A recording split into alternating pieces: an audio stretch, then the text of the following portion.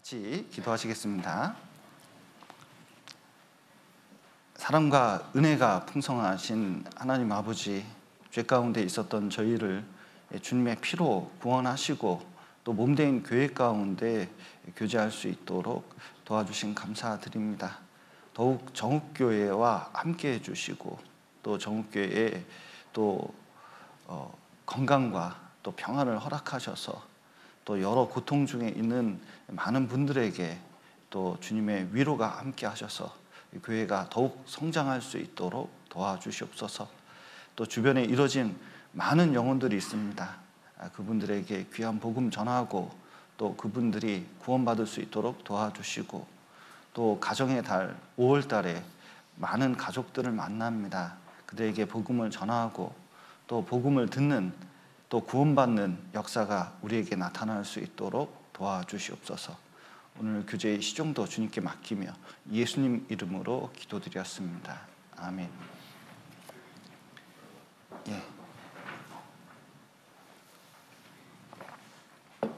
에베소서 6장 보시겠습니다.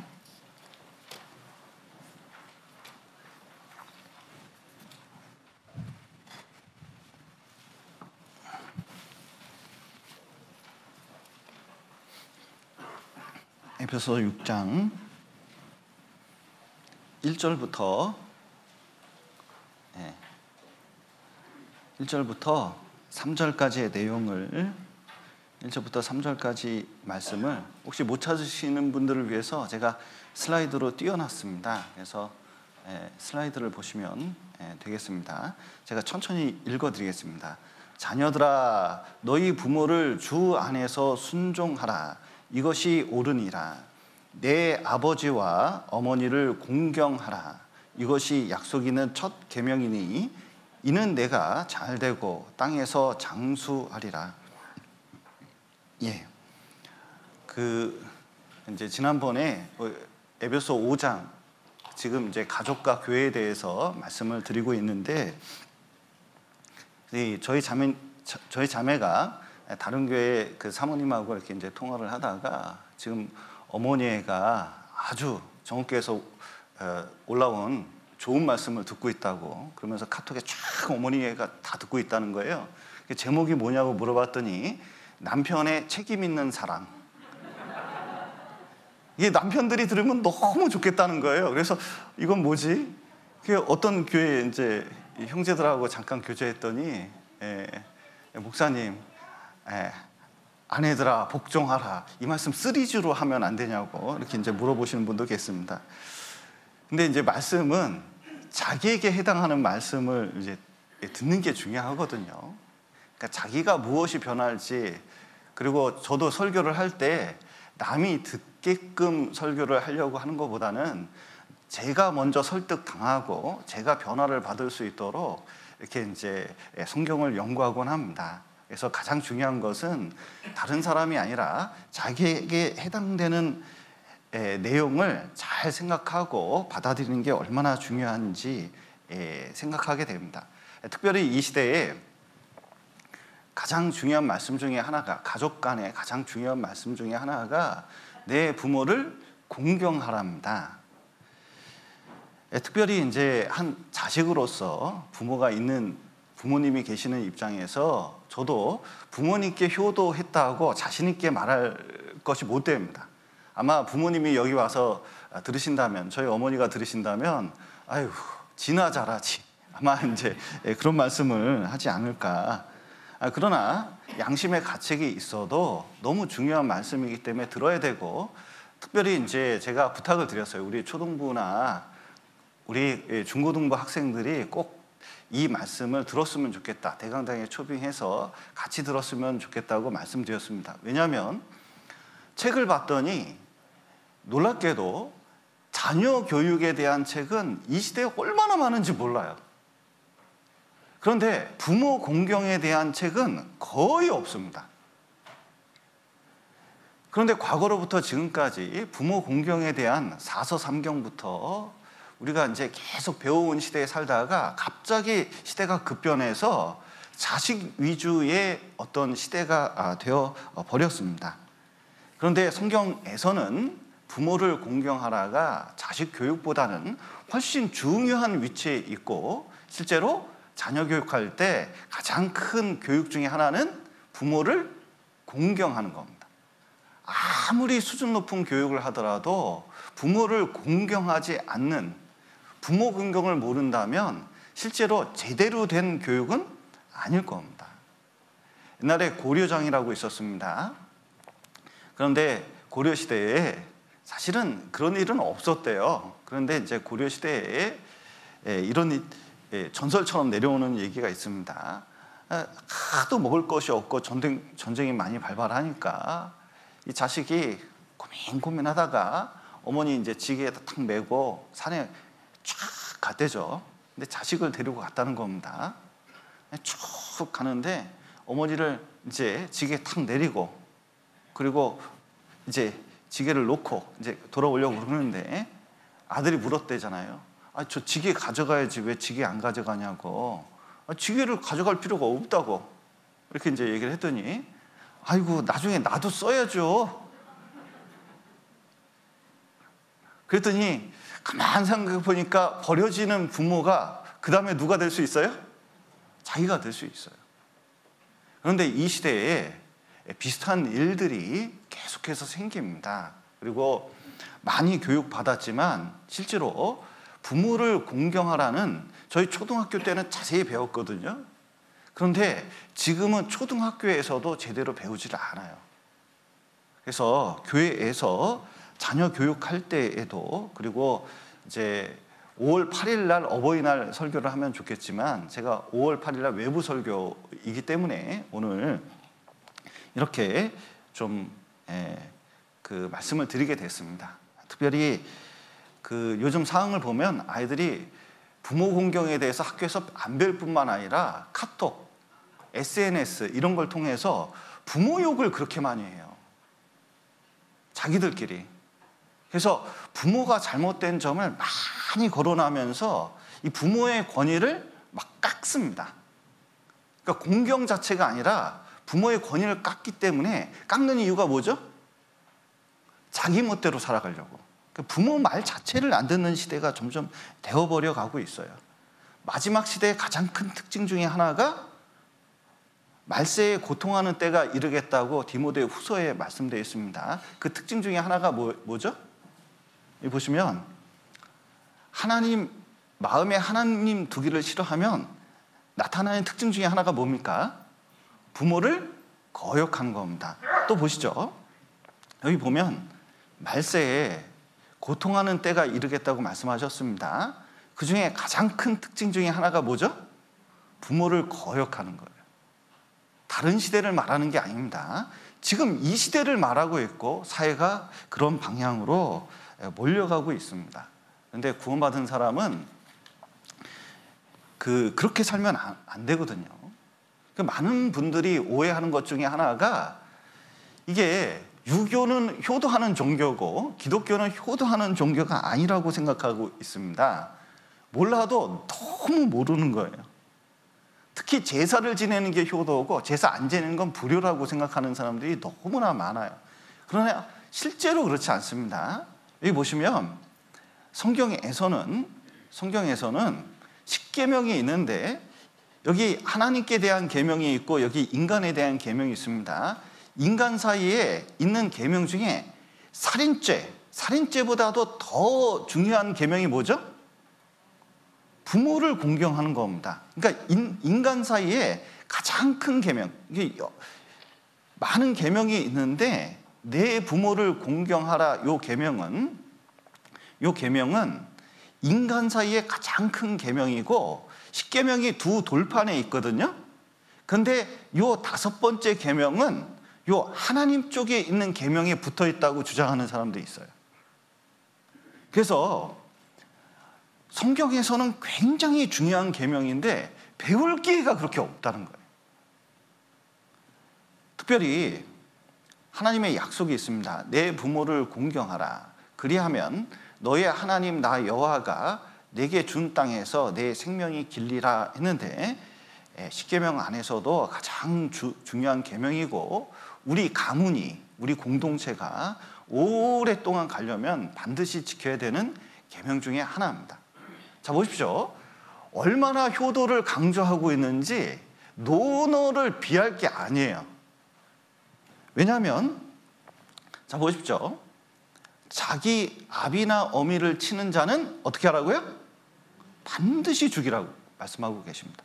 그 아비나 어미를 저주하는 자는 어떻게 된다고요? 반드시 죽일지니라 이렇게 돼 있어요. 여기 중고등학생들이 있는데 절대로 SNS나 친구들 사이에 부모 욕하면 안 됩니다. 하나님이 지켜보고 계시고 실제로 그 욕하는 것을 하나님은 견딜 수 없어 해요. 그리고 반드시 하나님의 징계가 따르게 되어 있다고 말씀하시는 겁니다. 특별히 신명기서에서 이렇게 말씀하시는데 사람에게 완악하고 패역한 아들이 있어 그 아비의 말이나 그 어미의 말을 순종치 아니하고 부모가 징책하여도 듣지 아니하거든 어떻게 하라고요? 이거 마을 사람들, 동네 사람 다 불러다가 돌로 쳐 죽일지니 이같이 내가 너희 중에 뭘 제하라고요? 악을 제하라. 그러니까 부모를 공경하지 않는 죄가 성경에서는 얼마나 심각한 죄고 얼마나 중대한 죄인지를 이게 깨달아야 된다. 이게 근본적인 죄다. 분명히 말씀하고 계셔요.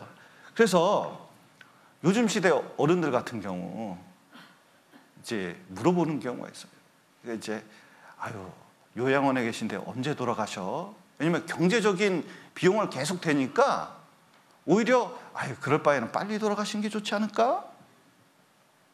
빨리 돌아가셔야 지금 이제 좀 유산을 받고 이걸로 해결하지 않을까? 이렇게 생각하는 친구들도 있어요. 내 장례식장에서 진짜 봤다니까요. 부모님 돌아가시니까 난리가 났어요. 너무 좋아해요.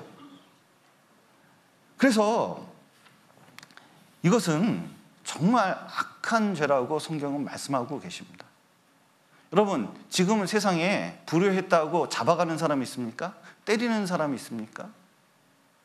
옛날에는 멍석을 말아가지고 동네에서 매라도 팼는데 지금 패지 않아요. 그러니까 어떠냐면 사람들이 부모 공경이란 그 의식 자체가 완전히 변하고 있어요. 그러나 성경에서는 진짜 부모 공경은 우리 삶 가운데서 정말 중요하게 생각해야 될 일이라고 말씀하십니다. 특별히 잠언 성경에 보면 아비를 조롱하며 어미 순종하기를 싫어하는 자의 눈은 골짜기의 까마귀에게 쪼이고 독수리 새끼에게 먹히리라. 아주 무서운 말씀을 하셨죠. 이게 무슨 말이냐면 진짜 아비를 조롱하고 엄마가 무슨 얘기했는데 말 되게 안 듣는 사람 있잖아요. 그러면 부모 말도 안 들으면 다른 사람 말도 안 듣는다는 뜻이거든요. 그러면 집에 있겠습니까? 집을 나가겠습니까? 집을 나가겠죠. 그 탕자처럼 살겠잖아요. 결국 비명횡사예요. 비명횡사하면 날아다니는 독수리와 까마귀에게 쪼이는 거예요. 여기 반포지효라는 말이 있습니다. 좀 어려운 말이지만 이 까마귀가 못생기고 참 사람들이 그 흉조라고 그래서 까마귀를 되게 싫어합니다. 그런데 까마귀는 60일 동안 이제 새끼에게 먹이를 이렇게 날라다 줘요. 그런데 나중에 어미가 늙게 되고 먹이를 못 갖게 되면 새끼들이 와가지고 이 어미에게 먹을 걸 줍니다. 여기 이제 먹을 걸 이렇게 달아가지고 주죠. 그것을 반포지효라고 그래요. 어떤 할아버지 얘기를 들었는데 늙은 까마귀가 있었대요. 근데 새끼 5마리가 있는데 세상에 이 새끼 5마리가 먼 데 가서 개울물에서 물을 떠다가 어미한테 주는 걸 목격했고 또 다른 까마귀는 먹잇감을 쪼하다가 주고 어떤 경우에는 이 개구리를 가져다가 셋째는 찢어가지고 어미에게 먹기 좋게 쭉 주더래요. 그러니까 이 까마귀가 얼마나 효도하는 짐승인지 모릅니다. 그런데 까마귀 눈에 불효자가 눈에 파인다는 것은 진짜 이 사람이 불효라는 죄가 얼마나 큰지 까마귀를 통해서 알게끔 하겠다는 하나님의 뜻도 될 수 있습니다. 여기 보십시오. 이렇게 비명 행사하면 누가 와요? 까마귀. 여러분 보십시오. 이거 몽골에 있는 이제 사진들인데 여기서는 야외에 독수리에게 시체를 그 고인을 이렇게 이제 줍니다. 우리는 화장을 하지만 몽골에서는 이렇게 하거든요. 근데 몽골에서 이렇게 시체를 놔두면 누가 와요? 까마귀.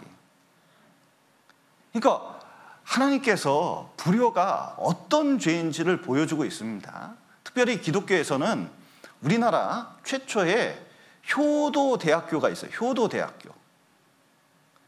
효도 대학원도 있는데 효 박사가 있습니다. 박사. 진짜 그냥 공식적인 박사예요. 그냥 이렇게 그냥 자격증을 주는 정도가 아니라 실질적인 대학교고 실질적인 대학원인데 이거 누가 세웠는지 아셔요?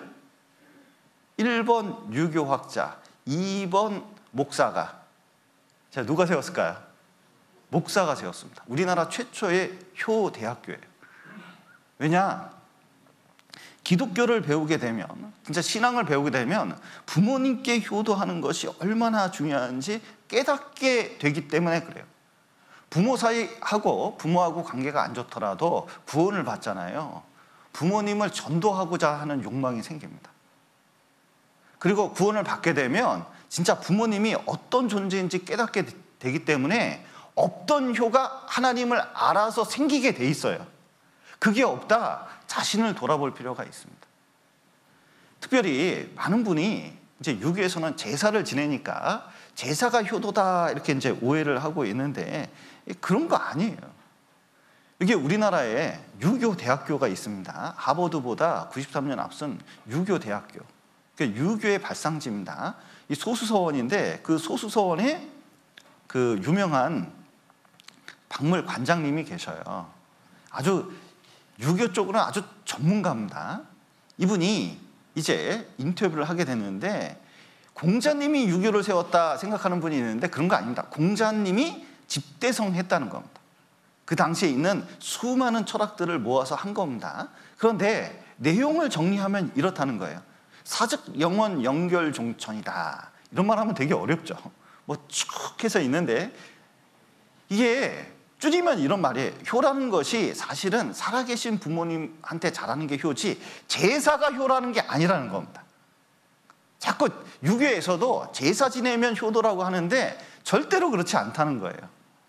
특별히 아까 있었던 그 한자를 풀어주면 이겁니다. 어버이를 생전에 우르러 받들어라. 언제 어버이를 받들으려고요? 생전에. 죽고 난 다음에 소용이 없다는 거예요. 어버이를 욕되게 해서는 안 된다. 그리고 어버이를 성실껏 잘 봉행해야 된다. 이게 뭐냐면 살펴보니까 뭐하고 똑같아요? 십계명. 왜냐하면 십계명이 어디에 있기 때문에 그렇습니까? 우리 양심에 하나님이 박아놨다고 했거든요. 그래서 이 제사는 세월이 흐르면서 변질될 부분이 있고 유교는 누구? 살아계신 부모님께 효도하라는 가르침이지 자꾸 제사 지내는 게 효가 아니라는 거예요. 특별히 평소에는 불효하다가요 돌아가시면 어떠냐면은 제사상 막 거하게 차리고 뭐 이게 장례식장 가보면요 못했던 효를 그때 다 뭐 수의도 비싼 거 뭐 관도 비싼 거 막 비싼 거 해가지고 막 제사 열심히 지내려고 하는 게 있어요. 근데 이렇게 살펴보고 얘기 들어보면요 살아있을 때 효 했을까요 안 했을까요? 여러분 수의 비싼 건 60만 원입니다. 그러면 살았을 때 60만 원짜리 입는 게 나아요? 죽어서 60만 원짜리 입는 게 나아요? 이틀 뒤에 태워질 건데. 여러분 상이 있는데 옛날에는 6번 하루에 제사 친다고 장례식장에서 6번 차렸어요. 그게 200만 원입니다. 200만 원. 그러면 살아서 200만 원어치 하루에 먹지도 못해요.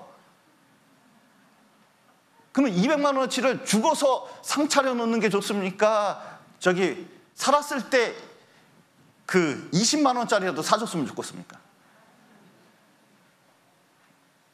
이게 죽은 다음에는 아무런 소용이 없는 거예요. 그래서 송강정철 그 송강가사라고 있는데 아주 유명한 말이죠. 유교학자 중에 대가입니다. 송강정철은 어버이 살아실제 섬길 일 다하여라. 지난 후에 애달다 어이하리. 평생에 고쳐 못할 일이 이뿐인가 하노라. 그러니까 언제 효도하라고요? 살아있을 때 효도하는 게 진정한 효도다.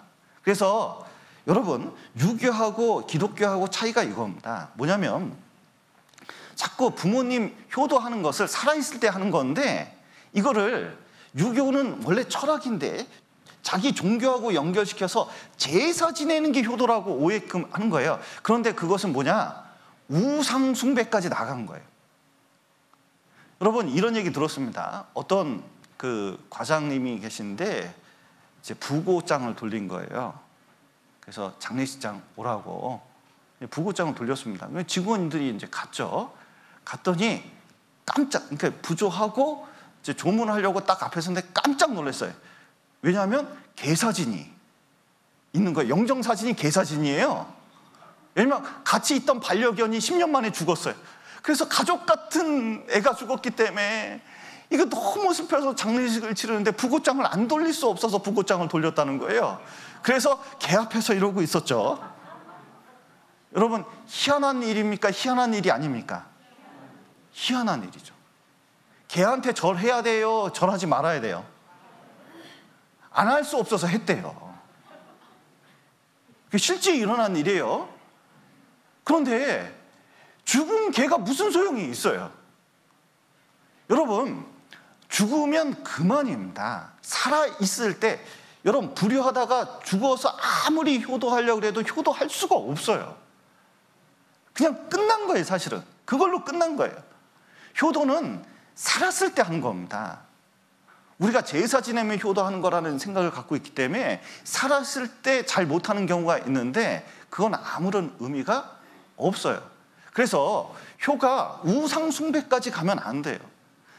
성경에서 뭐라고 했냐면 있을 때 잘해라. 있을 때 효도해야 된다. 아주 강조하고 계시는 겁니다. 그래서 여기 보면 동영상을 잠깐 보시죠. 평소에 엄마에게 존댓말 혹시 사용하시나요? 아, 저요? 네. 아직도 사용하고 있어요. 아버지한테는 꼭 사용합니다. 아니요. 아니요. 엄마는 집에서 거의 공주님 같은 포지션을 갖고 있고. 아, 엄마의 장점이? 아, 너무 많아갖고 네, 생각이. 엄마는 엄청 웃기고 저를 항상 생각해 주세요.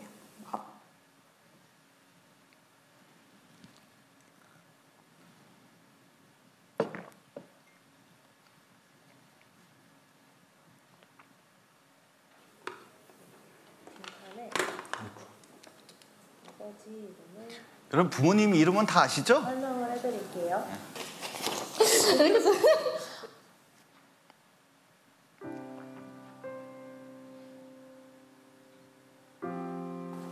지금 전화를 드리면 됩니까? 네.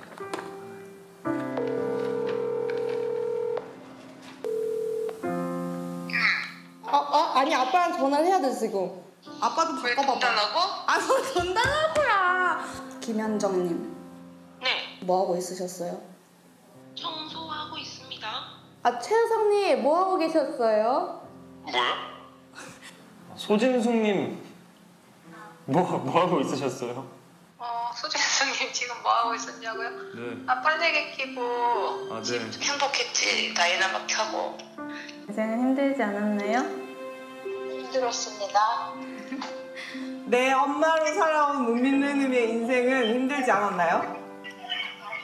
힘든 것도 있었지만 더 보람이 있죠. 친찬이 엄마로 살아온 인생 행복했지. 다이나마 켜고. 내 엄마로 살아온 김현정님의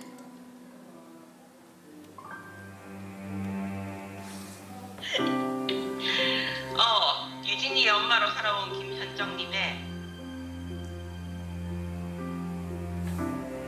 인생은 힘들지 않았나요? 힘든 때도 있었습니다. 그러나 항상 힘들었던 건 아닙니다. 내가 엄마 이름 불러주니까 어때? 낯선데 낯선 느낌인데 좋아. 내가 엄마 이름 불러주니까 어때? 좋아. 본인의 이름을 대신하여 엄마라는 이름으로 하는 건 어땠나요?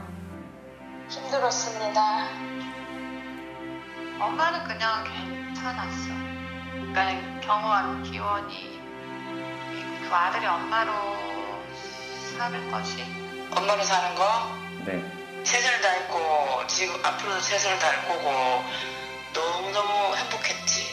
당연한 일이고, 그리고 책임감이 느껴지는 일이고, 그리고 뿌듯하고.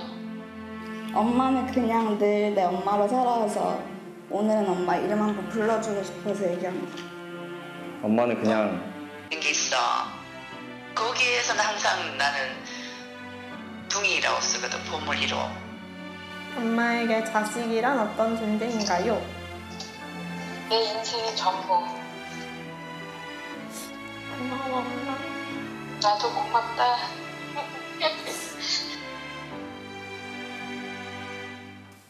그냥 엄마가 너무 당연해가지고.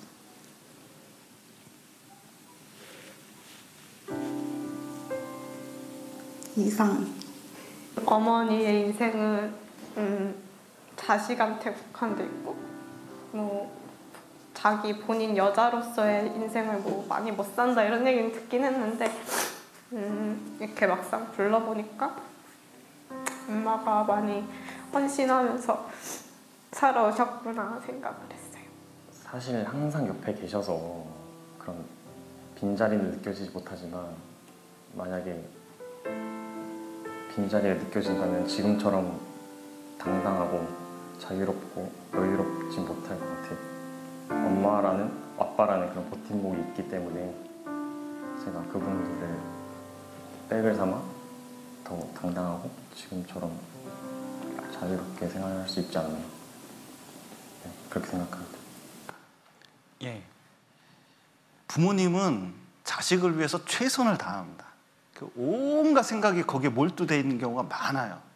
그 인생을 자기 자식, 자기 이름을 가지고 사는 게 아니라 엄마라는 이름으로, 아빠라는 이름으로 평생을 그렇게 살거든요. 근데 자식은 당연한 거라고 생각하는 거예요. 그리고 나중에 빈자리가 탁 느껴질 때 그게 얼마나 큰지 그때 가서야 비로소 깨닫게 되는 거거든요. 여러분, 하나님께서는 부모를 공경하라고 말씀하고 계십니다. 여기 공경의 이유가 있는데 에베소서 6장 보시겠습니다. 에베소서 6장 1절부터 제가 읽겠습니다. 자녀들아 너희 부모를 주 안에서 순종하라. 이것이 옳으니라. 내 아버지와 어머니를 공경하라.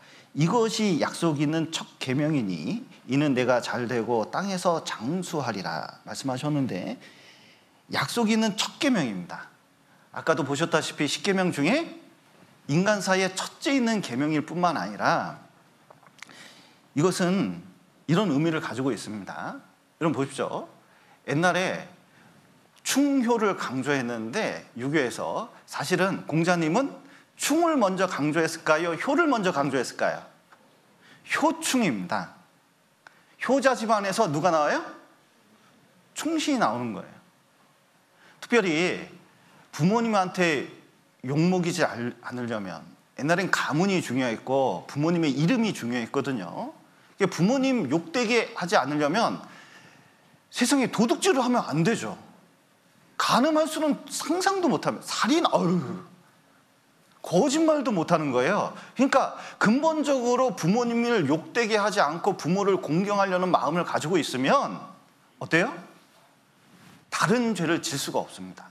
근데 부모하고 관계가 완전히 끊어지잖아요. 그러면 안 지을 수 있는 죄가 별로 없어요. 마음대로 살아가고 싶은 거예요. 통제되지 않습니다. 특별히 우리가 이 세상에서 태어나서 제일 먼저 만나는 사람은 누굴까요? 우리가 맨 처음에 태어나서 만나는 분은 바로 부모님입니다. 그러니까 처음 갖는 인간관계거든요.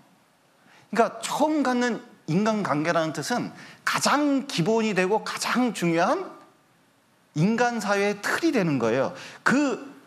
그때 쓰는 말, 그때 쓰는 눈빛, 그때 쓰는 행동들이 사회생활과 가정생활, 나중에 가정을 다시 자기가 꾸밀 때 그것이 다 기본이 되는 겁니다. 그래서 실제로 이제 10계명을 보면 살인죄, 간음죄, 뭐 도둑질하는 죄, 뭐 이런 것들이 사실은 다른 사람의 가정이나 다른 사람의 가정에게 큰 영향을 끼칠 수 있는 죄들이라는 것을 금방 깨닫게 돼요. 그래서 가정생활이 또 인간관계의 가장 근본이 되는 것은 바로 부모 공경이라고 말씀하고 계십니다. 룻은 시어머니 쫓아와서 유대인 땅, 일본 사람이 한국에 와서 생활한다, 한국 사람이 일본 가서 생활한다, 시어머니 쫓아서 남편 없고 시어머니만 계신데 공양한다. 거의 상상하기가 어렵죠? 아유, 시어머니도 얘기해요. 제가 해라고. 그러면 제가 하고 싶지 쫓아가서 누가 시어머니 공경하겠습니까? 그런데 롯은 끝까지 시어머니 붙쫓아서 신앙을 따라 쫓아갔습니다. 결국은 하나님께서 롯을 좋은 남편 만나게 하고 그리고 다윗 왕의 할머니가 되게끔 하잖아요. 왜냐하면 그건 보통 좋은 마음이 아니기 때문에 그렇습니다. 그래서 약속 있는 첫 계명이고, 두 번째는 여러분, 부모 공경을 해야 부모님 사랑을, 하나님 사랑을 더 깨달을 수가 있어요. 여기 신체 발부 수지 부모 불감 회상이라는, 저 초등학교 때 이거 배웠거든요. 근데 요즘은 초등학교 때 이런 거 배우나 몰라. 여기 보면 부모로부터 물려받은 몸은 터럭 하나도 감히 훼손해서는 안 된다. 근데 이게 너무 지나쳐가지고 머리카락을, 옛날에는 어떻게 했죠? 머리카락 자르는 걸 큰일 나는 줄 알았어요. 막 손톱 잘라야 돼요? 안 잘라야 돼요? 손톱은 자르면서 머리카락은 자르지 말라는 거예요. 근데 이제 이게 너무 이제 이 부모님께 받은 것이 이게 크기 때문에 이렇다. 그런데 이게 하나님이 주신 마음을 너무 왜곡해서 해석해서 그런 겁니다. 자, 보십시오. 이 몸은 누가 주셨어요? 하나님이 주셨습니다. 하나님이 주셨는데 누구를 통해서 주셨죠? 부모님 통해서 주신 거예요. 나의 제2의 창조자는 누구셔요? 그건 부모님입니다.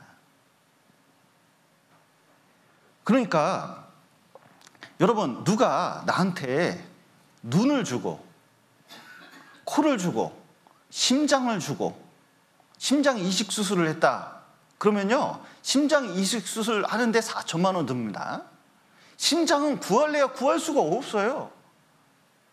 여러분, 내 몸뚱아리 가격이 의료비만 생각한다면 얼마나 많이 드는지 몰라요. 이것은 의료비가 문제가 아니라 돈으로 어떻게 살 수 있는 몸이 아니에요. 그런데 그게 부모를 통해서 내려왔거든요. 그 얼마나 귀한 걸 받았습니까? 여러분, 누가 나한테 10억을 줬습니다. 그러면은 그 10억 주면은 그래도 그 사람하고 밥 한 끼라도 먹겠습니까? 10억 딱 먹고 꿀꺽하고 모른 척 하겠습니까? 여러분, 내 모든 것은 부모로부터, 하나님이 부모로 통해서 나에게 줬다는 걸 깨달아야 돼요. 제2의 창조자라는 것을 알 필요가 있습니다. 그리고 이렇게 순수한 사랑을 받아볼 수가 없어요. 여러분, 부부간의 사랑도 시기 질투가 있습니다. 그래서요, 부부끼리 싸우는 일이 의외로 많아요. 여러분, 부부싸움 합니까? 안 합니까? 역시 정읍교회는 싸움을 안 해요. 네. 그런데 거기에도 수많은 감정이 있거든요. 친구 간의 사랑은 또 어떻습니까? 이 어렸을 때는 아주 좋아요. 아주 좋습니다. 그런데 그냥 부모보다 친구가 훨씬 좋은 것 같아요. 나중에 자라서 보면요, 남는 게 없어요. 또 서로 돈 때문에 배신하는 경우도 얼마나 많은지 몰라요. 친분을 이용해서 보증서 줬다가 뜯기는 경우도 얼마나 많습니까? 세월 따라 변하게 돼 있거든요. 그런데 부모의 사랑은 어떻습니까? 시간이 지나도 안 변해요. 여러분, 애가 벌거벗고 똥 싸고 오줌 쌀 때 어떻게 해요? 그거 다 치워줬어요. 어렸을 때 다 똥 오줌을 다 치워줬어요. 그러니까 내 똥 오줌을 치워줄 사람 누가 있어요? 이거 부모 아니면 해줄 수가 없어요. 벌거벗으면 또 감기 들릴 때, 그리고 여러 가지 경제적으로 어려울 때 그거 다 덮어줬을 뿐만 아니라 자라면서 맨 죄예요. 맨 죄. 보면요, 여러분 부모님께 속상하게 속썩혀 드린 적 한 번도 없으셔요? 역시 정읍교회는 효자만 있어서 맨 속썩이는 일에다가 뭐 사고도 치고 그러거든요. 누가 그 땜빵을 해줍니까? 누가 그 허물을 덮어줍니까? 만약에 그 일을 안 아내가 있다면요, 이혼하려고 할지도 몰라요. 그 일을 안 친구가 있다면 나를 버릴지도 몰라요. 그런데 부모님은 나를 버립니까? 안 버립니까? 야단은 쳐도 절대로 안 버려요. 그리고 그 허물을 어떻게 해요? 어떻게 해서든 덮어주려고 해요. 어떻게 해서든. 그러니까 하나님의 사랑과 가장 닮은 사랑이 있다면 부모의 사랑이거든요. 나한테 자꾸 부모님한테 관심 끄라고 얘기할지 몰라도 사실은 그 놀라운 사랑 때문에 내가 이 자리에 이곳에서 살 수 있는 것입니다. 그래서 부모의 사랑을 많이 받은 사람이 오히려 성경의 십자가의 사랑을 깨닫는 경우가 많이 있어요. 여러분, 또 부모를 공경해야 되는 가장 큰 이유 중에 하나가 사람 인격이 잘 되게 되어 있습니다. 여러분, 여기 보시면 스파르타가 있습니다. 스파르타 들어보셨나요? 예, 이 스파르타는 어마어마해요. 얼마나 이 용맹한지 죄송합니다. 이게 여기서 얘기할 게 아니었는데 죄송합니다. 파워포인트를 만들다 보니까 인격이 잘 되는데 죄송합니다. 어떤 어머니한테 시골에서 어머니한테 외아들이 하나 있었어요. 그런데 이제 이 외아들이 공부를 잘했습니다. 그래서 공부 잘해가지고 학교에서 이렇게 잘 지내고 있는데 어머니는 외아들 키우니까 너무 쉽지 않잖아요. 시장에서 이게 이제 노상에서 물건을 팔면서 이렇게 생계를 이어가고 있었습니다. 그런데 어머니 부끄럽다는 거예요. 어느 날 보니까 아이가 도시락을 안 가져갔네. 그래서 점심 굶을까 봐 도시락 점심 때 가지고 갔더니 아들이 난리가 난 거예요. 학교 오지 말라고. 세상 말로 쪽팔리다고. 그러니까 어머니가 굉장히 낙심해가지고 이제 그래도 아들 하나 보고 있으면서 그 모든 그런 말들도 다 참으면서 이렇게 살았거든요. 그리고 서울에 좋은 대학 들어갔어요. 의대에 들어갔습니다.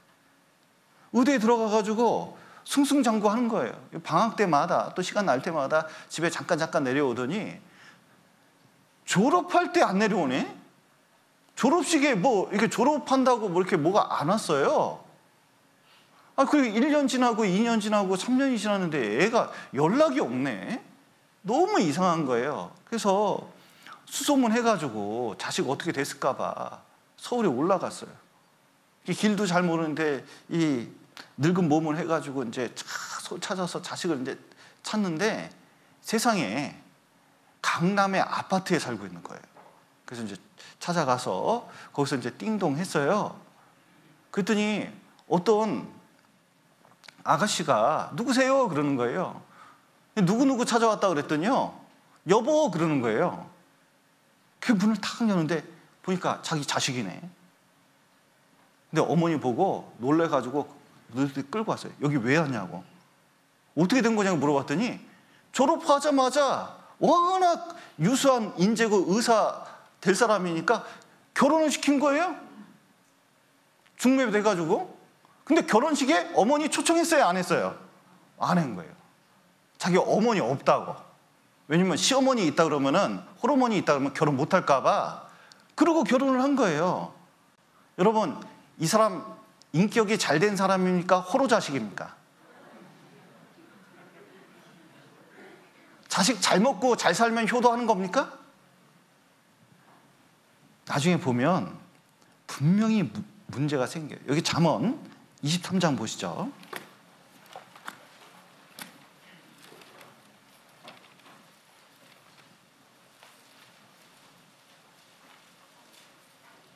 (23장) 22절 구약성경 935페이지입니다.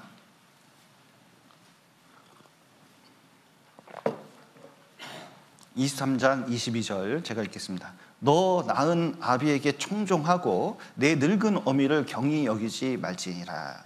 예.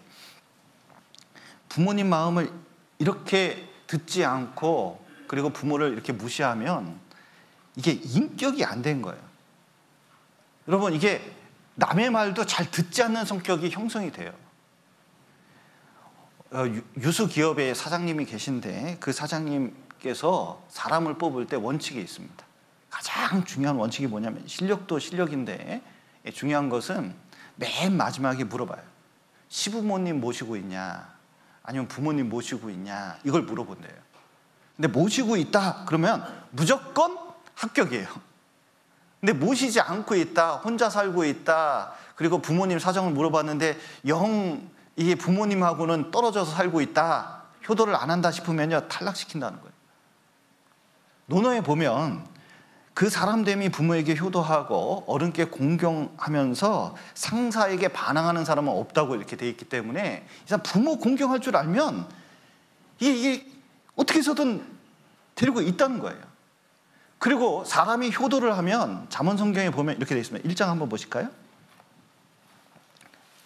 누구 말을 잘 듣는 성격이 형성이 되는데 이겁니다. 1장 8절 내 아들아 내 아비의 훈계를 들으며 내 어미의 법을 떠나지 말라. 이는 내 머리에 아름다운 관이요 내 목에 금사슬이니라. 제 교회에서도요 자녀가 부모님 이렇게 이제 계신데 모시고 다니면서 부모님께 아주 정중하게 하고 아주 어머니를 귀 한 번 모시듯이 이렇게 가잖아요. 그러면요 그 사람이 진짜 귀해 보여요. 근데 교회에서도요 사람을 어떻게 하냐면 부모님이 계신데 부모님이 가건 말건 모시건 말건 막 함부로 대하잖아요. 그러면요 정말 안 좋아 보여요. 저분의 인격이 의심스러울 때가 종종 생기는 거예요. 그래서 정말 우리는 다른 건 몰라도 구원받은 사람은 효를 배울 필요가 있습니다. 이 룻을 보아스가 보고 뭐라면 현숙한 여인이라고 그랬거든요. 그런데 잠언 31장에 보면 누가 현숙한 여인을 얻겠느냐 그 값은 진주보다 더한다 그랬거든요. 근데 현숙한 여인의 가장 첫 번째가 무엇이냐면 이게 인간관계인데 시부모님과 인간관계가 좋은 분은 인간성이 좋은 분입니까? 나쁜 분입니까? 그분은 인격이 잘못될 리가 없다는 거예요. 그래서 여러분 효도하기를 배워야 됩니다. 어떤 임금님이 어떤 마을에 행차하는데 아이고 어떤 효자가요 이 어머니가 아이고 나 살아생전에 임금님 한 번도 못 뵀는데 임금님 한번 꼭 얼굴 좀 보고 싶다고 행차도 보고 싶다고 그랬더니 아들이요 지게 마련해가지고 어머니 탁 업혀가지고 막 와가지고 막 높은 데 서서 어떻게 해서든 어머니 통해서 막 임금님 보여주려고 그러는 거예요. 지나가다 임금님이 그걸 봤네요. 그래서 쟤 뭐냐 그랬더니 아이고 와가지고 사정 얘기를 하는데 어머니가 꼭 이거 보고 싶다 그래서 이 걷지도 못하시니까 지게 짊어지고 이렇게 임금님 얼굴 베어주려고 이렇게 왔다니까 이야 진짜 효자구나 큰 상을 내려라 해가지고 했대요. 근데 그 소문이 그냥 쫙 퍼진 거예요. 다음 마을로 가는데 그 마을에 유명한 불효자가 하나 있었답니다. 그런데 보니까 상은 받고 싶거든요. 그래서 어떻게 했냐면 어머니 모시고 안 가겠다는 어머니 기계 태우고 매서 이 임금님 봐야지 임금님 막 그래가지고요 막 태운 거예요. 그리고 막 가가지고 임금님 얼굴 좀 보라고 막 이렇게 한 거예요. 이렇게 봤죠. 근데 임금님도 봤어요. 또 여기도 이 동네는 대체적으로 효자가 많구만 그러더니 쟤도 상 주거라 그랬더니 어떤 사람이 고자질을 했어요.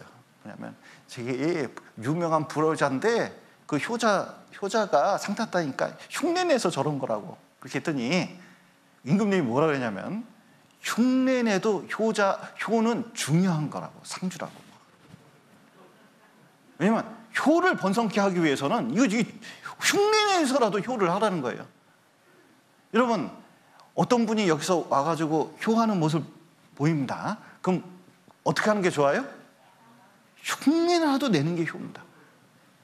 여러분 자녀들도 흉내내서라도 효를 행하는 것을 배워야 돼요. 저는 초등학교 때 선생님이 말씀하셨습니다. 딱 그 집에 가면 아침에 일어나면 부모님이 일어나시면 자 일어나자보다 뭐부터 해요? 아니 안녕하세요 하는 게 아니지. 맨 먼저 이불부터 개라. 옛날엔 침대가 없었거든요. 그러니까 뭐부터 해요? 이불부터 개라. 자기 이불은 자기가 개는 거 그거부터 가르쳤습니다. 그 다음에 뭐 해요? 딱 일어나자 어머니 일어나셨어요? 인사하는 거. 왜냐하면 대체적으로 어머니는 깨 있고 나는 자다가 늦게 일어나니까. 그 인사하고 또 학교 갔다 오면 어떻게 해요? 학교 다녀왔습니다. 인사하는 것부터 학교에서 가르쳤어요. 근데 요즘은 이걸 안 가르쳐요. 그런데 효는 흉내내서 이것부터 배워야 되거든요. 공경하는 것부터 배우지 않으면 나중에 보면 그 법을 몰라요. 존댓말 하는 법도 모르고 인사하는 법도 모르고 부모님 때 되면 챙겨야 되는 거 이런 것 자체를 못 배워요.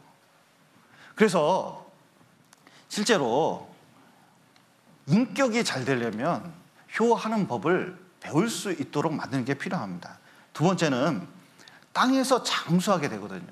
여기 이제 땅에서 장수한다 이 뜻은 효자는 오래 살고 불효자는 무조건 단명한다 그런 뜻은 아닙니다. 대체적으로 그렇지만 그런 뜻은 꼭 아니에요. 이것은 십계명은 이스라엘 공동체, 그러니까 이스라엘에게 나라에게 준 겁니다. 왜냐하면 나라가 오래 가려면 가장 중요한 게 뭔지 아셔요? 부모를 공경하는 걸 가르쳐야 된다는 거예요. 여기 스파르타가 있습니다. 이 스파르타는 영화에도 나오고 굉장히 유명한 사람들이에요. 이 나라에서 7살만 되면 자식들은 자기 게 아니에요. 나라 거예요. 그래서 이제 약하면 자식이 봐서 국가가 걷어가지고 약하잖아요. 그럼 길거리에 버려버립니다. 죽도록. 부모도 간수하질 않아요. 그리고 어떻게 하냐? 7살부터 나라에서 교육을 강하게 시킵니다. 스파르타 교육이라 그러죠. 그냥 아침부터 저녁까지 훈련하고 통제하고 강하게 공부시켜요. 이게 강한 군인으로 만드는 거예요. 그리고 노예들을 실제로 죽이는 법을 가르칩니다. 아주 강한 군대예요. 그래서 옛날에 페르시아하고 전쟁하는데 스파르타가 굉장히 큰 역할을 했거든요. 그런데 이 스파르타가 오래 갔습니까? 나라가 금방 망했습니까? 나라가요, 금방 망했어요.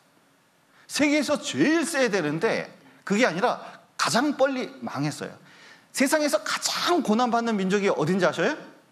유대인이에요. 유대인처럼 고난받는 민족이 없어요. 가는 곳마다 이리 치이고 저리 치이고 죽어나가는 거예요. 그러면 벌써 유대인은 없어졌어야 되거든요. 근데 유대인은 지금까지 아주 강하고 아주 놀라운 생명력으로 지금까지 살아가고 있습니다. 이들은 예수님 때 예루살렘은 함락됐지만 뭐는 함락되지 않았는지 아세요? 유대인의 가정은 함락되지 않았어요. 왜냐? 여러분 놀랍게도 유대인들은 어려서부터 뭐 가르치는지 아세요? 부모 공경하는 법을 기가 막히게 가르칩니다. 기가 막히게. 부모가 직접 나서서 자녀를 교육하면서 뭐냐면 사랑으로 가르치면서 부모 공경이 무엇인지 또 부모님을 만났을 때 어떻게 하는지 가르쳐가지고 어떻게 하면 가정을 유지하는지 내내 율법을 가지고 가르쳐요. 그러니까 망했으면 벌써 망했을 유대인들은 지금 놀라운 생명력으로 강하게 이 세상을 통치하면서 영향력을 끼치면서 지금 살아오고 있는 거예요. 여러분 우리나라 오래 갈 것 같습니까? 아니면은 시간 가면 콩가루 나라가 될 것 같습니까? 놀라운 것은 우리가 교육할 때 자녀 교육을 어떻게 하냐면 스파르타식으로 할 수가 있어요. 부모의 욕심이 있거든요. 이런 경쟁 사회에서 살아가려면 애가 공부를 잘해야 되고 똑똑해야 되고 유능해야 되고 하니까 어려서부터 영어 교육부터 시작해가지고 막 이것저것 교육을 시키고 뺑뺑이 돌린다 그러죠. 뭐 태권도, 피아노, 뭐 그 학습지 이름이 뭔지 모르겠어요. 구몬, 눈높이부터 해가지고 게다가 학습지는 얼마나 좋은 게 많이 생기는지 두께를 정해서 부모가 여기까지 풀어라, 오늘은 내일 여기까지 풀어라 해가지고 아침부터 저녁까지 24시간 돌려버리는 거예요. 그냥. 그래서 초등학교는 이 정도인데 중학교, 고등학교 가면 더 빡세게 세상말로 눌러가지고 어떻게 해서든 교육시켜서 좋은 대학 딱 들어가게 하는 거예요. 그래서 서울대학 딱 들어가게 합니다. 그리고 좋은 직장에 취직을 해요. 여기까지 보면 엄청난 성공을 한 것 같죠. 근데 결혼을 하고 신앙생활 안 하고 그리고 중간에 이혼하고 자기 뜻에 맞지 않으면 망가진 인생을 노후에 살게 되는 것을 제가 본 적이 있어요. 여러분, 이게 꼭 좋은 게 아닙니다.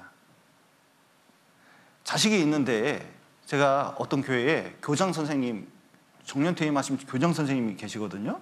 깜짝 놀랐어요. 도시에서 뭐 하고 있냐면 임대 아파트 있잖아요. 그것도 가장 낡은 임대 아파트에서 가장 작은 집에서 살고 있는데 뭐냐면 파지 죽고 사는 거예요.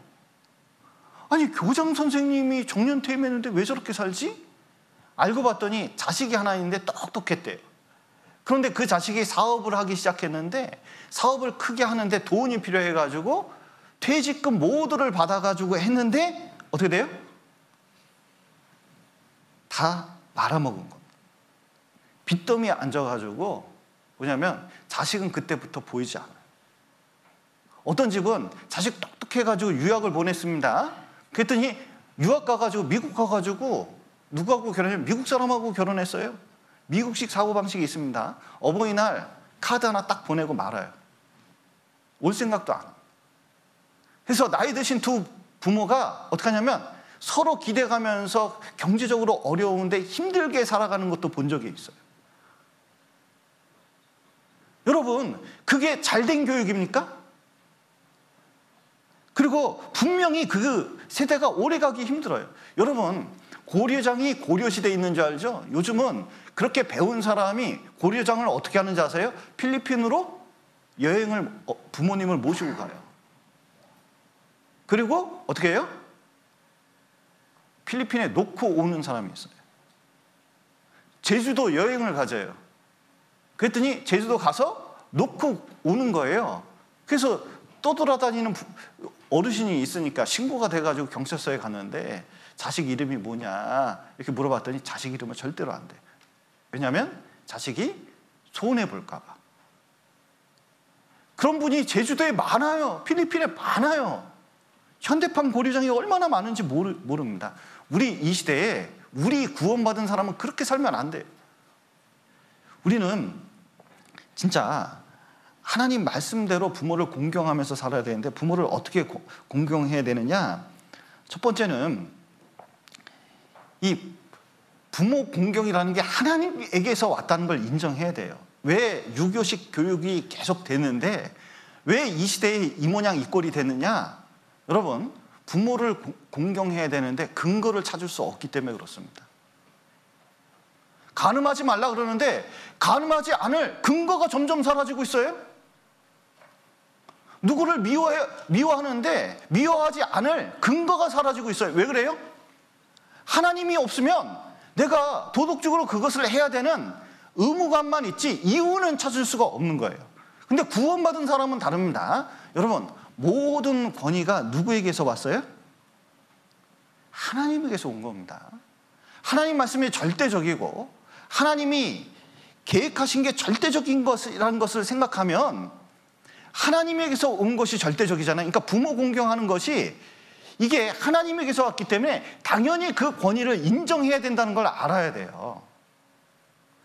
그래서 실제로 공경이라는 게 뭐냐면 무겁다 그런 뜻인데, 자, 무거운 거 들 때 어떻게 합니까? 여러분, 무거운 거 들 때 어떻게 하시죠? 고개를 숙여요. 이렇게 되잖아요.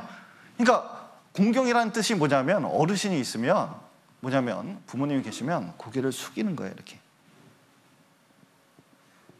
공경이 또 뭐냐면 부모님이 얘기하면 어떻게 해요? 그 말씀을 헤아리는 거.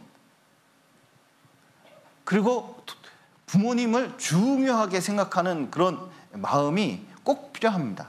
지금은 존경할 대상이 점점 없어져요. 그러니까 아이들이 뭐라 하냐면 부모님이 존경스럽지도 않은데 공경해야 돼요? 이렇게 물어봅니다. 부모님이 술 먹고 도보판에 돌아다니고 그리고 부모님이 자꾸 이혼해서 그렇게 살고 있고 맨날 돈이나 요구하고 있고 그런데 공경해야 되느냐 이렇게 물어보는 분이 있어요. 근데 내 부모를 공경하라 할 때 앞에 조건이 있을까요? 없을까요? 조건이 없다는 걸 이해해야 됩니다. 중요한 것은 존경할 대상이 없어서 공경을 못하는 게 아니라 사실 근본적인 거 보면 공경하기가 싫어요. 지멋대로 살고 싶은 거예요. 그러니까 이게 부모 공경하는 것을 하나님을 안다면 해야 될 건데 부모 공경하지 않잖아요. 그럼 하나님 권위도 자기가 인정하지 않는 경우가 많아요. 그러면 교회 안에서도요 질서가 없습니다. 왜냐하면 어떤 권위를 인정할 줄을 몰라요. 어떤 방법이 중요한지 알아요. 그런데 나중에 보면은 완전히 모든 관계가 무너진 것을 볼 수가 있어요. 그리고 이해도 잘 못합니다. 여러분 보셔요. 여기 특별히 공경하는 태도 중에 하나가 이거죠. 에베소서 6장 보시겠습니다.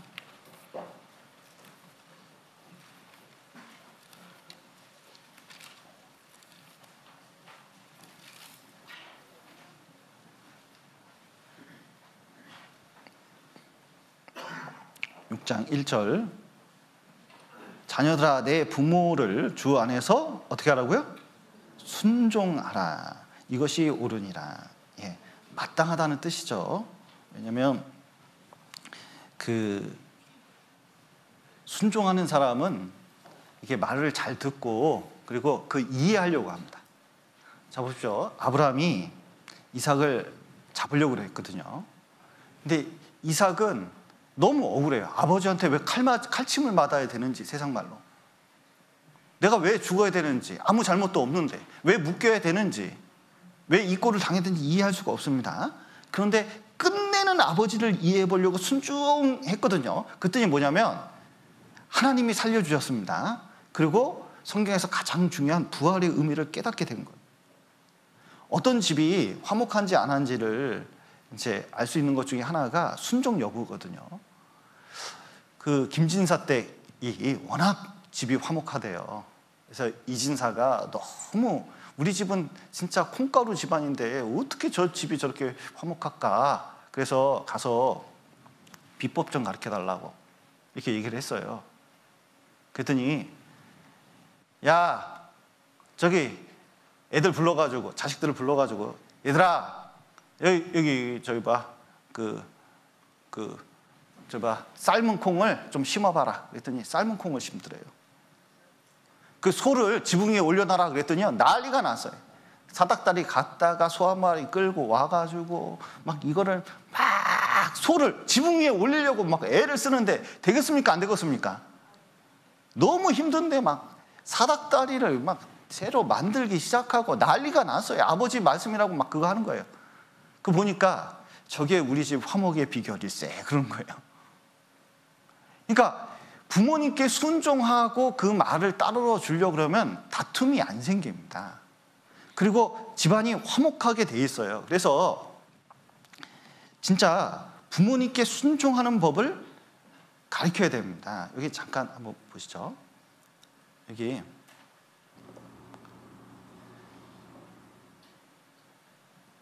이제 여기 물어봤습니다.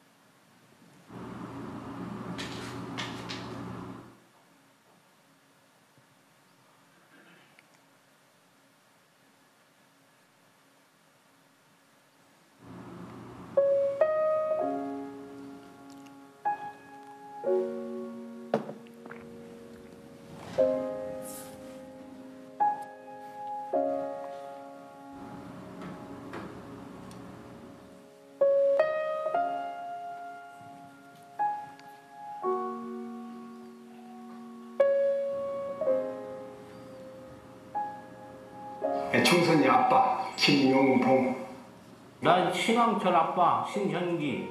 이영근입니다. 큰아들이. 저 영우 아버지 되는 사람입니다. 조유섭 아빠. 진영이 아빠. 성함은 김성복. 생각나지요. 그 아들 딸 만났다가 아들 가졌는데 이번에도 딸이 못할까 했는데 네 엄마 아빠 등록할 때 신경 써주고 고맙고. 부모로서 이렇게 뭔가를 충분하게 해줘야 되는데 그런 것도 못 해주고 그래서 참 마음이 아픕니다.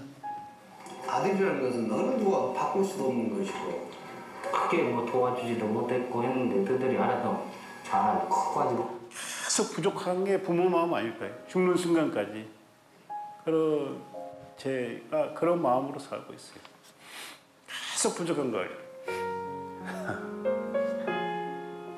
너무 엄하게 했던 게 그게 좀 미안해.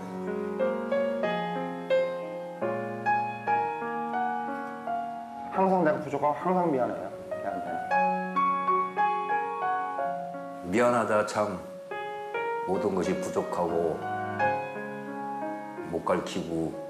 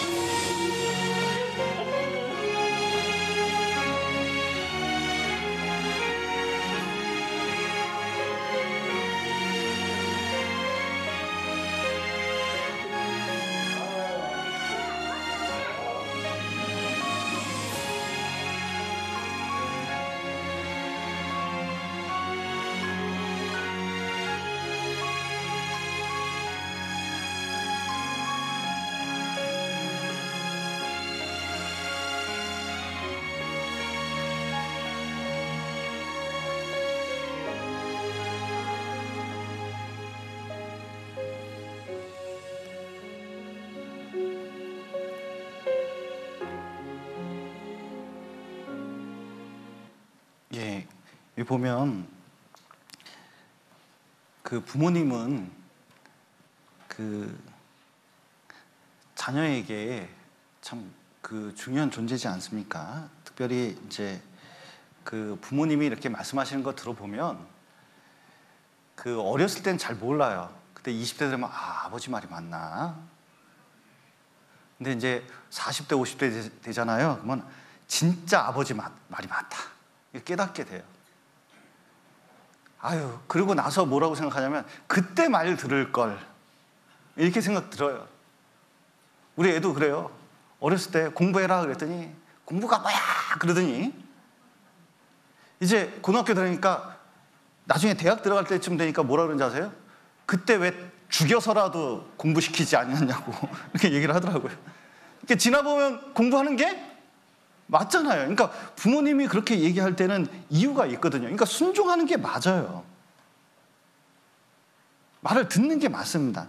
그리고 자녀에 대해서는 관심을 많이 갖는데 뭐 다 알잖아요. 뭐 애가 뭐 좋아하는지 뭐 어떻게 하는지 다 아는데 부모님이 뭘 좋아하는지 잘 모르잖아요. 그러니까 부모님에게서 그 말과 마음을 잘 이해 못하려고 하는데 사실은 그 말을 잘 듣고 순종하려고 하는 마음이 중요해요.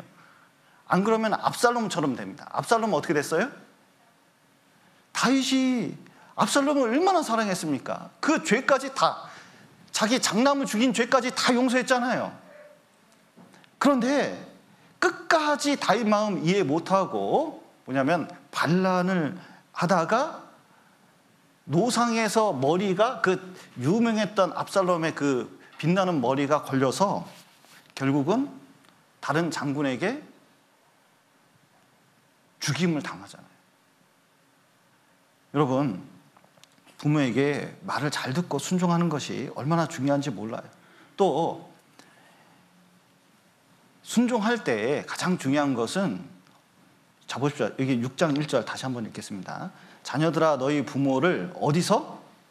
주 안에서 순종하는 겁니다. 너 교회 가지 마.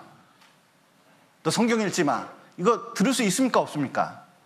들을 수가 없어요. 왜냐하면 하나님이 부모를 통해서 나를 주셨기 때문에 더 근본적인 분은 하나님이거든요. 나의 영적 부모가 누구예요? 하나님입니다. 그러면 진짜 나의 영원한 아버지이신 하나님의 명령을 듣지 않는 거기 때문에 그것은 들을 수가 없는 거예요. 그래서 신앙생활 외에 다른 것들은 부모님께 순종하려는 태도를 보이는 것은 중요하고 또 그 속에서 부모님 마음을 돌려가지고 말씀을 듣고 구원을 얻을 수 있도록 하는 것이 얼마나 큰 효인지 모릅니다. 또 효도는 뭐냐면 실질적으로 도와드려야 됩니다. 여기 보시면 필리핀에서 이게 지금 고려장 당하신 분들이에요. 얼마나 참 안타깝습니까? 근데 여기 보시면 죄송합니다. 여기 보면 누구든지 자기 친족, 특히 자기 가족을 돌아보지 아니하면 믿음을 배반한 자여 불신자보다 더 악한 자니라 했는데, 이 말씀은 뭐냐면 가장 중요한 게 교회에서 이제 어른들을 돌볼 때 옛날에는 너무 힘든 시절을 살아서 나이가 많이 드신 분 중에 전쟁터에서 자식들이 다 죽어가니까 교회에서 부양하는 가족들이 있었습니다. 그런데 이제 만약에 교회에서 누굴 돌보는데 만약에 가족이 있다면 누가 돌봐야 돼요? 누가 돌봐야 돼요? 자기 친족이 돌봐야 된다. 이게 무슨 뜻이에요? 돌보는 것은 뭐를 포함하고 있어요? 공경한다는 것은 물질적으로 공경하라는 뜻입니다. 예수님께서도 말씀하셨는데 모세는 내 부모를 공경하라 하고 또 내 아비와 어미를 회방하는 자는 반드시 죽이리라 하였거늘 너희는 가로되 사람이 아비에게나 어미에게나 말하기를 내가 드려 유익하게 될 것이 고르반 곧 하나님께 드림이 되었다고 하기만 하면 그만이라 하고 제 아비나 어미에게 다시 아무것이라도 하여 드리기를 허하지 아니하여 너희 전한 유전으로 하나님의 말씀을 폐하며 또 이 같은 일을 많이 행하느니라 하시고. 그럼 보십시오. 유대인들이 어떤 게 있냐면 고르반 그래가지고요, 여기 부모님께 드릴 돈이 있어요. 근데 아이고 그래도 하나님이 먼저지, 그 돈을 하나님께 딱 드렸어요. 그리고 부모님께는 아무것도 안 해요. 그러면 하나님이 드렸으니까 하나님이 그 돈을 불려가지고 알아서 부모님께 도와주겠지. 내가 부모님께 전도 안 해도 주변 사람을 전도하면 교회가 왕성하게 되고 그 교회가 알아서 나중에 부모님을 전도하겠지. 맞을까요? 틀릴까요? 여러분, 부모를 보살피는 건 누구한테 명령하신 거예요? 자녀에게 명령한 겁니다. 다른 사람에게 명령한 게 아니에요. 요즘은 국가가 하라고 자꾸 명령을 사람들이 요구하고 있는데 아닙니다. 중요한 것은 자녀에게 그 명령을 했다는 것을 기억할 필요가 있어요. 그래서 우리는 보답을 해야 됩니다. 자, 만일 어떤 과부에게 자녀나 손자들이 있거든 저희로 먼저 자기 집에 효를 행하여 부모에게 보답하기를 배우게 하라. 이것이 하나님 앞에 받으실 만한 것이니라. 자, 여기 어버이날이 다음 주잖아요. 그러면 자녀들은 뭐 해야 돼요? 우리 어린 친구들 뭐 해야 됩니까? 선물 준비했어요? 아니면 5월 5일 어린이라니까 한방 대빵 쓰라고 지금 떼쓰고 있어요? 나는 큰 거 한 갑만 갖고 나는 요만한 거 하나 주고 그거 생각하고 있습니까? 여러분, 부모에게 보답하기를 배우게 하라. 반드시 부모님께 뭘 조금이라도 자기 성의를 해서 갚을 생각을 해야 돼요. 특히 요즘 학생들은 돈이 많아요. 여러분, 친구들 통장에 돈이 있죠? 벌써 대답을 하자니. 저기 친구들 돈이 있어요, 없어요? 돈 가지고 있는 돈이 있어요, 없어요? 통장에.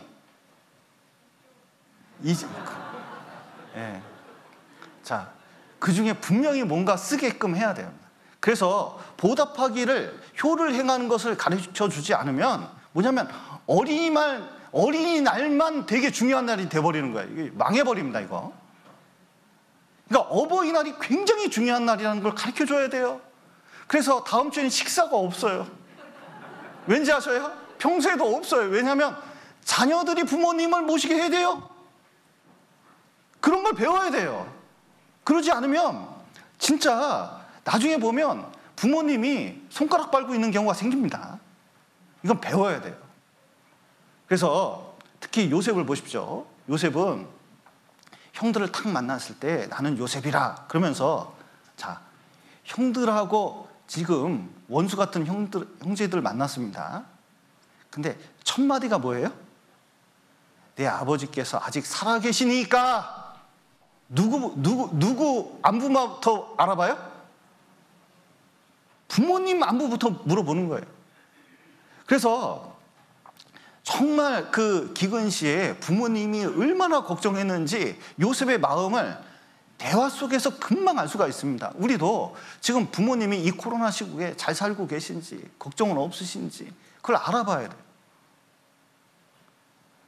여러분, 또 여기 형제들이 걱정을 했거든요. 보시면 죄송합니다.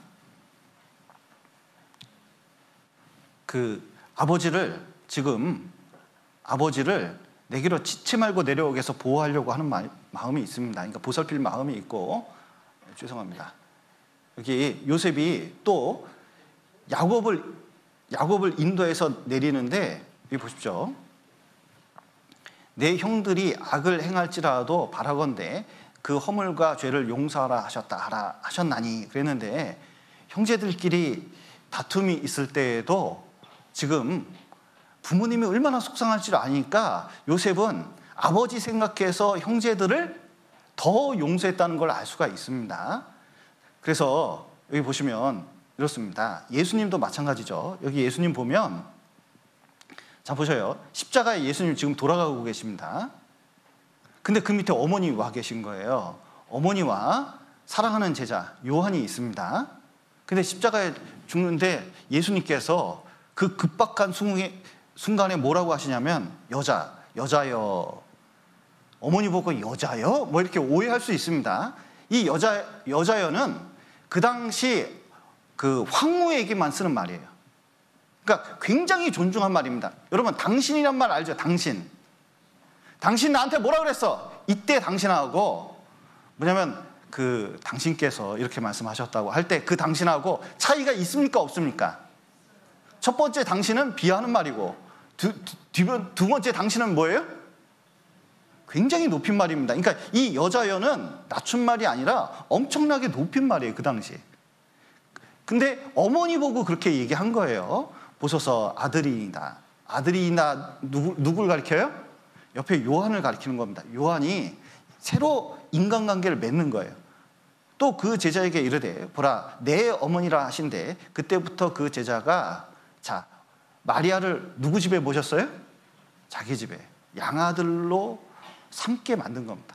그리고 예수님께서는 돌아가시 직전에도 누구를 보살폈습니까? 자기 어머니, 육신의 어머니를 보살폈다는 걸 알 수가 있습니다. 우리도 꼭 그게 필요하고 또 이제 부모님 앞에서요 싸우지 좀 마셔요. 요셉도 형제들하고 부모님 앞에서는 절대로 싸우지 않았거든요. 죽고 나신 다음에도 마찬가지입니다. 부모님 생각해서 그렇게 한 거예요. 그래서 특별히 부모님 앞에서 싸울 필요가 없습니다. 그리고 또 부모님을 자랑스럽게 생각할 필요가 있습니다. 요셉이 자기 아비 야곱을 인도하여 바로 앞에 서게 하니 야곱이 바로에게 축복하며 그랬는데 자 보십시오. 이 아버지를 이 양치기 노인네예요. 근데 애굽 사람들은 제일 이 급 중에서 제일 낮은 계급을 양치는 사람이라고 생각했습니다. 그러면 천민 중에 천민이라고 생각하는데 평생 120년 동안 내내 양만 치던 아버지가 계셔요. 그러면 왕한테 데리고 가겠습니까? 여러분 같으면 좀 놔두겠습니까? 지금 대통령에게 가야 되는데 어머니 모시고 가야 되겠습니까? 놔둬야겠습니까? 이거 모시고 가는 거예요. 가서 놀랍게도 아버지가 이상한 행동을 하시네. 왕 앞에 있으면 이렇게 고개를 숙이고 왕의 명령을 듣고 그래야 되는데 갑자기 딱 서자마자 손을 들더니 세상에 고개를 숙이는 것도 아니고 고개를 세우고 손을 들더니 바로를 축복하는 거예요. 그러면 여러분 같으면은 대통령 앞에서 어르신이 가가지고 이렇게 대통령 머리에 안수하겠다고 막 이러면 여러분 같으면은 말리겠습니까? 하게 놔두겠습니까?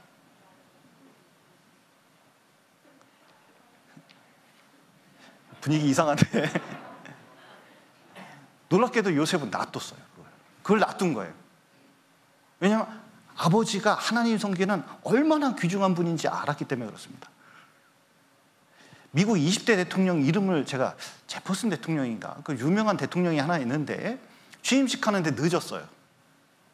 근데 왜 늦었나 하면 자기 노모가 계신데 어머니 계신데 취임식장에 자기 자리에 앉히려고 그 연세가 많이 있는 어머니를 취임식장에 데리고 오셔가지고 뭐냐면 그 자리에 딱 앉히려고. 왜냐면 자식이 대통령 되는 걸 얼마나 자랑스럽게 생각하겠어요. 근데 그것 때문에 늦은 거예요. 여러분, 우리는 어떤 게 필요하냐면 우리나라 사고방식으로는 부모님이 못 배우고 재산이 없고 그러면 자랑스럽지 않게 생각하는 생각이 있습니다. 그러면 안 돼요. 부모님을 어찌됐든 어떻게 생각해야 돼요?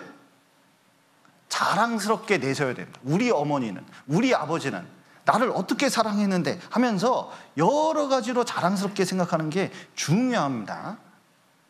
그리고 가장 중요한 게 여러분, 부모님의 실수를 덮어줘야 돼요. 이 자식들이요, 특히 요즘 이제 자녀들 보면요, 부모님 흠잡기가 아주 도가 텄어요.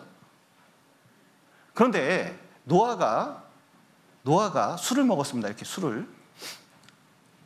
노아 홍수 끝에 세상 사람 다 죽은 거예요. 자기들만 살아남았어요. 그러니까 술을 먹을 수밖에 없는, 그때 좀 전도하고 그때 좀 끌어당기고 했으면 한 명이라도 더 구원받았을 텐데, 아니 이거 나 때문에 이 사람들이 죽었나니까 너무 괴로우니까 어떻게 하냐면 포도주를 가지고 쿡쿡쿡쿡 마셨습니다. 이 경건한 사람이. 그리고 옷을 벗고, 더웠나 봐요. 이거 옷을 벗고 누운 거예요. 그러니까 세상에 함과 그 가나안 둘이 이거 보고 아이고 망령 들었나 봐 그런 거예요. 그런데 그 얘기를 하다 보니까 아버지 미쳤다, 망령 들었다, 어떻게 해야 된다 막 자기들끼리 얘기하겠죠. 아니? 그런데 그게 야베드에게 들어갔습니다. 셈에게 들어갔어요. 들어가니까 어떻게 했어요? 이불을 가져다가, 자, 아버지 흉한 꼴 안 보려고 둘이서 양쪽에서 자꾸 뒷걸음치러서 들어갔습니다. 그리고 안 보고 덮어줬어요. 그리고 노아가 잠 깨어서 딱 일어났습니다. 사태를 파악을 했어요. 그리고 어떻게 됐어요? 가나안은 영원히 저주받았습니다. 지금 아프리카 흑인들이, 보통 아프리카가 그 함 족속이잖아요. 가나안 족속이잖아요. 어떻게 됐는지 보셔요. 얼마나 그 저주가 영향력이 큰지 알 수가 있습니다. 근데 야벳과 셈은 축복을 했습니다. 지금 얼마나 축복을 받아서 살고 있는지 지금 역사를 통해서 우리가 알 수가 있어요. 여러분, 부모님은 완전한 인간일까요? 흠이 반드시 있을까요? 여러분, 다윗도 흠이 있습니다. 자식들이 그걸 봤어요. 아버지가 바람 피는 거, 아버지가 사고 치는 거 봤습니다. 아브라함은 어떻습니까? 아브라함은 믿음의 조상이잖아요. 그러니까 완전합니까? 흠이 있습니까? 흠이 있어도 큰, 아내 팔아먹을 뻔한 아버지인데, 어머니를 팔아먹을 뻔한 아버지예요. 그러니까 흠 중에 보통 흠이 아니에요. 그런데 자녀들이 어떻게 했냐면 그걸 덮어준 거예요. 그게 효도입니다. 여러분, 부모님, 나는 진짜 참 교회에서 진짜 안 볼 걸 볼 거를 다 봤는데, 우리 카톡 있잖아요. 카톡 전체 카톡방이 있거든요. 근데 아버지하고 딸, 고등학생 딸하고 싸웠어요. 대판 싸웠어요. 대판. 자, 그러면 자, 집안일은 집안에서 해결해야 됩니까? 카톡에 올려야 됩니까? 자, 아버지가 어떻게 말했다고 올려야 됩니까? 집안 안에서 해결을 해야 됩니까? 자, 여러분, 부부싸움 했습니다. 부부싸움을 대판했어요. 그러면 카톡에 올려야 됩니까? 부부끼리 해결을 해야 됩니까? 좀 이해가 안 되시는 분은 좀 남으세요. 그게 크게 문제가 된 거예요. 왜냐하면 이제 아버지에게 세상 말로 얼굴에 똥칠을 한 거죠. 그러면요, 나중에 이거는 둘 사이가 화목해질 수가 있는데 그걸 완전히 갈라주고, 교회 나올 수 있을까요? 못 나올까요?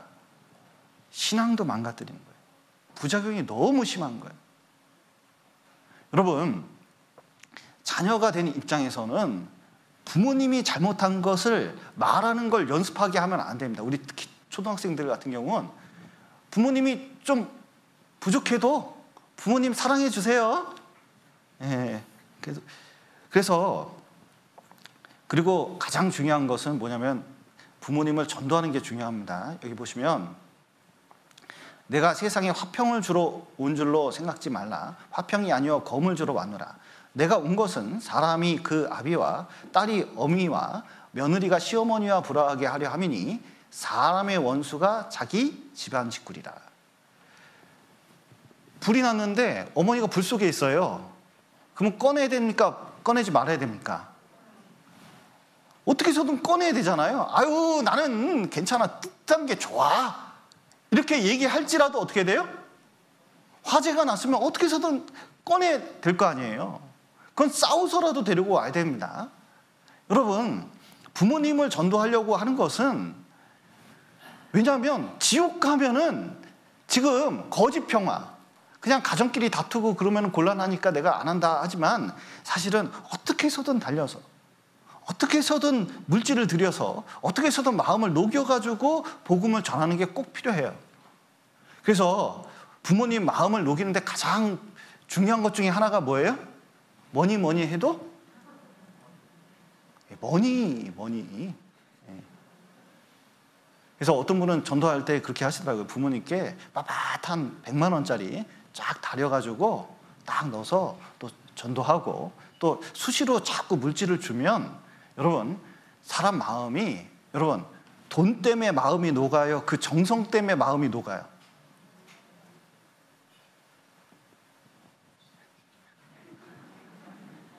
예, 5월 8일 날 뭘 준비해야 될까요? 5월 16일부터 전도 집회 있는데 뭘 준비해야 될까요? 맨 전도는 하는데 막 싸우듯이 와가지고 막 전도는 하는데 뭐니 해도 뭘 안 줘. 그 마음이 열리겠습니까? 그러니까 이제 여러분, 우리는 가장 중요한 게 마음을 열 수 있도록 노력을 하는 게 필요하고, 사람의 행위가 여호와를 기쁘시게 하면 그 사람의 원수라도 그로 더불어 화목케 하시니라 말씀하셨는데, 여러분, 하나님께 좀 신앙생활을 온전히 하려고 그러고 순종하는 태도를 배워보셔요. 그러면 부모님께 순종하는 태도도 배우게 돼 있습니다. 그리고 어떻게 해서든 좀 전도가 되게끔 노력하면 진짜 영원한 데까지 부모님을 모시고 가면 이거보다 큰 효도가 어디 있어요? 미국 여행 중요한 거 아닙니다. 필리핀 여행 중요한 게 아니에요. 진짜 천국으로 갈 수 있도록, 영원한 천국에서 볼 수 있을 때 그것은 진정한 그 가치가 있다고 생각이 듭니다. 그래서 꼭 부모님을 전도할 수 있는 기회가 이번에 되었으면 좋겠습니다. 같이 기도하시겠습니다. 사랑과 은혜가 풍성하신 하나님 아버지, 죄 가운데 있었던 저희를 주님의 피로 구원하시고 또 몸된 교회 가운데서 교제하며 또 주의 뜻을 배워갈 수 있도록 도와주신 감사드립니다. 가정생활 쉽지 않습니다. 특별히 우리 가족 안에 5월 달에 더욱 부모를 공경하고 자녀를 사랑하고 또 부부간에 더욱 주님의 뜻에 따라서 복종하며 사랑하며 주님의 가정을 만들 수 있는 기회가 될 수 있도록 도와주시옵소서. 또 우리 구원받은 가정이 더욱 단단해지면서 더욱 오랫동안 든든하게 살아갈 수 있도록 도와주시고 주님의 사랑과 은혜가 넘칠 수 있도록 도와주시옵소서. 오늘 귀한 시간 허락하신 감사드리며 예수님 이름으로 기도드렸습니다. 아멘.